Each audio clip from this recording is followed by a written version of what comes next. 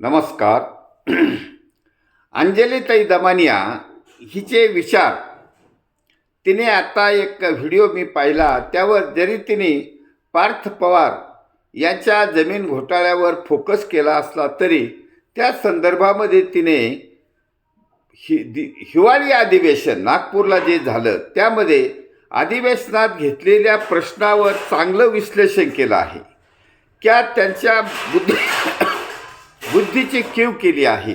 अशा प्रकारचे बुद्धिजीवी जर या अधिवेशनात भाग घेत असतील तर ते अधिवेशन म्हणावं की फॅशन शो असं तिच्या प्रतिक्रिया होती.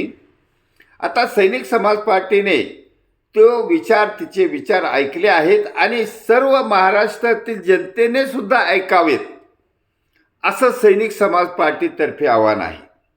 ज्याप्रमाणे अंजलीताई दमानिया असो, शिवराम पाटील असो, रवी साबळे असो किंवा पत्रकार जे निखिल वागळे असो, यांच्या विचाराचं मिश्रण करून संकलन करून सैनिक समाज पार्टीने राजकीय वाटचाल सुरू केली आहे. आता राजकीय वाटचाल डायरेक्ट सर्वांच्या विरुद्ध जाण्याऐवजी, कारण आमचं टार्गेट आहे सर्व पक्षात असलेले 90% भ्रष्टाचारी प्रवृत्तीच्या लोकांना सत्तेबाहेर राजकारणातून हद्दपार करायची मोहीम आहे. आता एकदाच सर्वांना टार्गेट करण्याऐवजी सध्या सैनिक समाज पार्टीतर्फे अजित पवार गटाच्या राष्ट्रवादीला टार्गेट केलेलं आहे. कारण यांना हटवलं, अजित पवार गटाला हटवलं तर महाराष्ट्र सुखी होईल असं एक अभ्यासांती आमची स्टेप ठरवली आहे. सैनिक समाज पार्टीने हा नारा दिला आहे, अजित पवार गटाला हटाओ, महाराष्ट्र बचाओ. ही मोहीम आम्ही या स्थानिक स्वराज्य संस्थेच्या निवडणुकीमध्ये वापरलेली आहे. त्याचं उदाहरण मी घेतलं आहे की प्रत्यय आला आहे की अहिल्यानगरमध्ये मनपाच्या निवडणुकीमध्ये आता जे अजित पवार गटाचे आमदार आहेत संग्राम जगताप यांच्या उमेदवाराला हरवा असं आम्ही आवाहन केलं आहे. त्यामुळे मतदारांचा प्रतिसाद मिळत चालला आहे. असाच प्रकार आम्ही पुणे आणि मुंबईसारख्या मोठमोठ्या मनपामध्ये आवाज उठवलेला आहे. त्यामुळे मतदार या सैनिक समाज पार्टीच्या पर्यायावर विचार करत आहेत असं आम्हाला निदर्शनास आलेलं आहे. आता या पर्याय जो दिला आहे तो संपूर्ण पर्याय दिला आहे आणि हे जे विचारवंत विचार मांडतात त्याचं मिश्रण घेतलं आहे.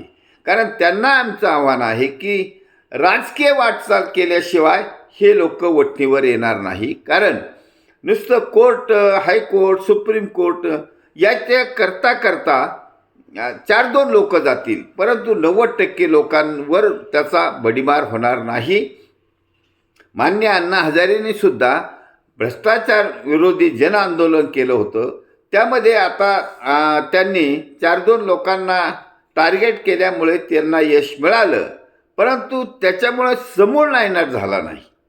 समूळ नायनाट करायचा असेल तर राजकारणात उतरायलाच पाहिजे. या विचारावर सैनिक समाज पार्टीने राजकारण सुरू केलेलं आहे. मग हे राजकारण केल्याशिवाय हे होणार नाही, कारण मतदारांना पर्याय हवा आहे.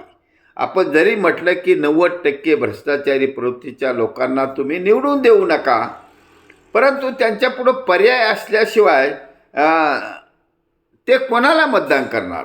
महाराष्ट्रामध्ये छत्रपती शिवाजी महाराजांच्या रयतेच्या राज्याची पुनरावृत्ती करण्याचं जे आव्हान सैनिक समाज पार्टीतर्फे करण्यात आलं आहे, त्यासाठी सैनिक समाज पार्टीचं सरकार स्थापन करणं आवश्यक आहे हे मतदारांना पटत चाललं आहे.